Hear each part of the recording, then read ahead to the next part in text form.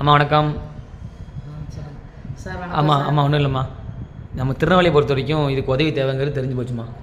என்ன உதவி தேவை?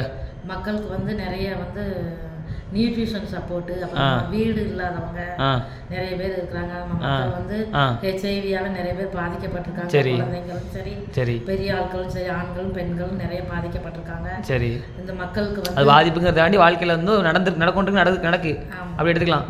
சொல்லுங்க.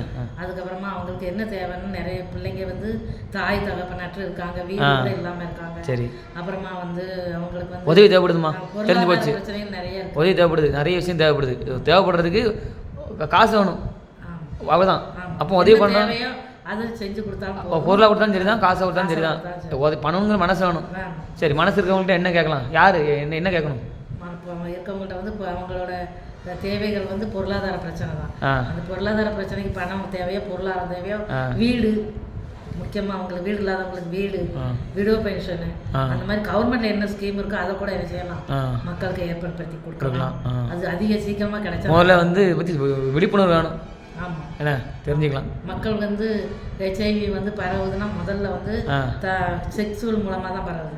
ரெண்டாவது ஓரினை செயற்கை.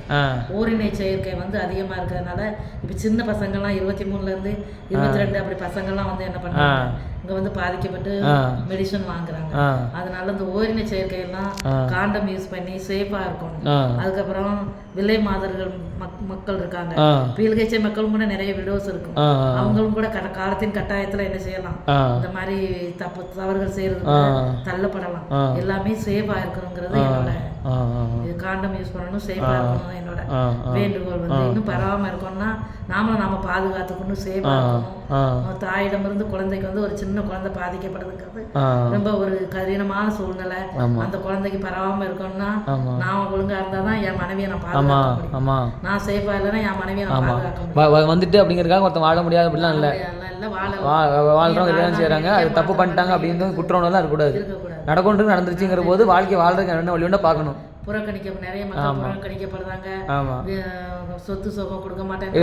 வேலை பார்க்க போய் நமக்கு இந்த விழிப்புணர்வு நமக்கு தெரியுது. நிறைய பேருக்கு தெரிய வேண்டியிருக்குனாக்கா, விதவைகள் நிறைய இருக்கிறாங்க. அவங்க சொத்து சுகம்னா மச்சான் குழந்தை அப்படின்லாம் இருக்கும்போது அந்த குடும்பத்தில் உள்ளவங்க அதெல்லாம் அனுபவிச்சுட்டு அவங்களுக்கு வீடு வாசம் கொடுக்குறாம நிறைய மக்கள் அனாதையா இருக்கிறாங்க.